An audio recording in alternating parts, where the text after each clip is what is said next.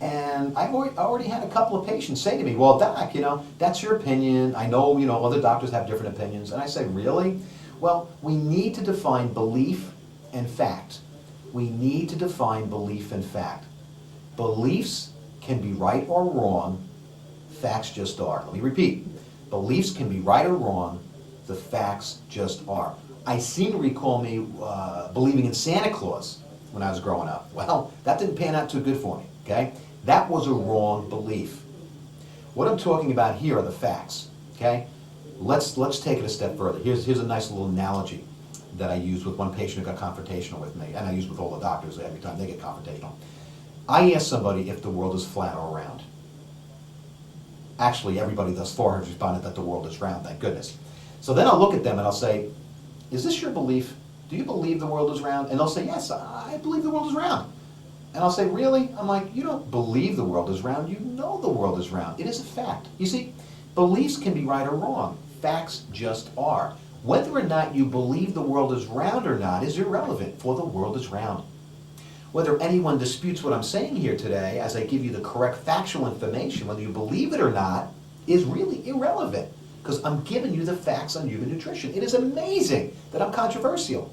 It's amazing. Oh wait, who was that guy? Who was that guy? Galileo, right? A gentleman I believe most of us have heard of who irrefutably proved that the world was round using accepted geometrical tools of his day. It was Euclidean geometry for you geometry buffs out there.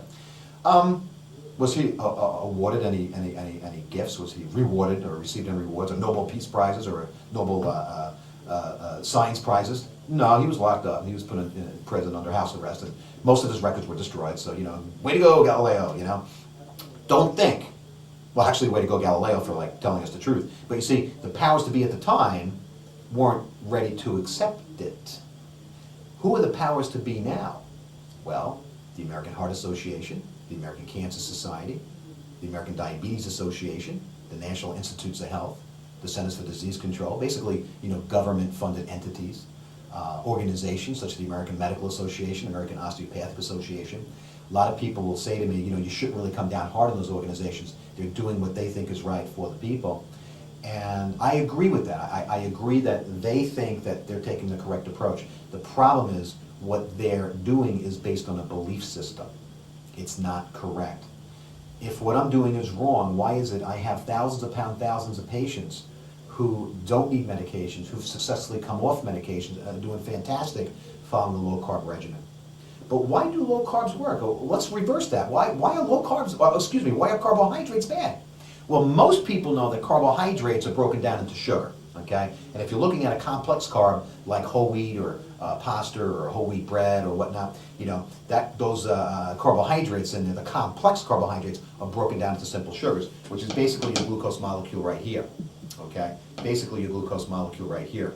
Now, like I said in the examination room, I generally just have sugar is sugar is sugar written out. But when I lecture, as I mentioned earlier, to nutritionists and dietitians, I'll actually have the molecules up on the board. This is it. And I won't even write N is when I'm lecturing to clinicians. I won't write N is. I'll draw 3 glucose molecules on the screen. And I'll ask them, okay, what's the difference between these molecules? And it's interesting, because it takes usually about 5 minutes. I won't offer the answer. I'll wait till they answer me. And finally, somebody usually sheepishly raises their hands and says, nothing, And I'm like, congratulations, you're absolutely right. Then what I'll do is I'll write, underneath or on top, I'll write whole wheat bread, white bread, and above the third, I'll write cakes and candies. And nothing clicks. You don't see anything in their faces going on. But then I'll show them this little thingamajig here. Now for my physicians, my nutritionists, they've taken biochemistry. They've taken biochemical pathways. They have learned that glucose, or I should say it this way, that cholesterol, plaque-forming deadly cholesterol, comes from glucose. But the problem with the learning, the instruction, which is where I was led astray, is that we learn it segmentally. Now, right in front of me is a Stryer. This is a Lupert Stryer biochemistry textbook. This is a 2007 edition that has all the biochemical pathways in it that show how glucose leads to the production of cholesterol. Okay, this is a 2007 version. The first version, or edition, I should say, was 1974. This is the chemistry textbook biochemistry textbook I used in undergraduate. I studied biochemistry and molecular cell biology at Cornell University in Ithaca, New York. This is a textbook I used. We learned a fragmented approach in biochemistry. You didn't start with glucose and then with cholesterol. It wasn't until I read Protein Power, it wasn't until I had my own medical problems that I looked into where I was taught incorrectly that, how cholesterol is made, how bad sugar is.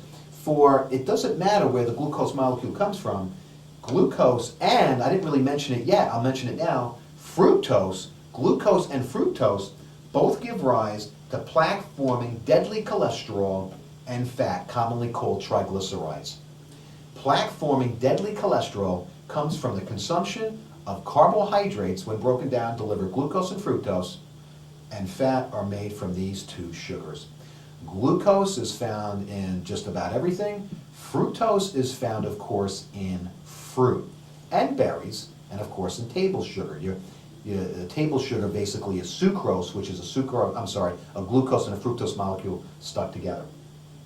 This thing right here is so important to understand, it can't be overemphasized.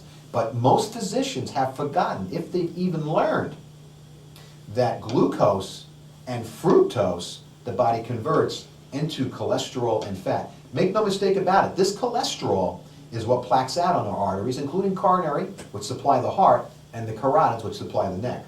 This fat is what goes on our bodies as stored fat. There's a book out, I forget the author, it's called Sugar is the New Fat, which is, I think, a great title. Sugar is the new fat, because that's true, because the fat in our bodies comes from basically storage of sugar. Now, it's also fascinating to learn, because I get into, I'm going to say, discussions with physicians.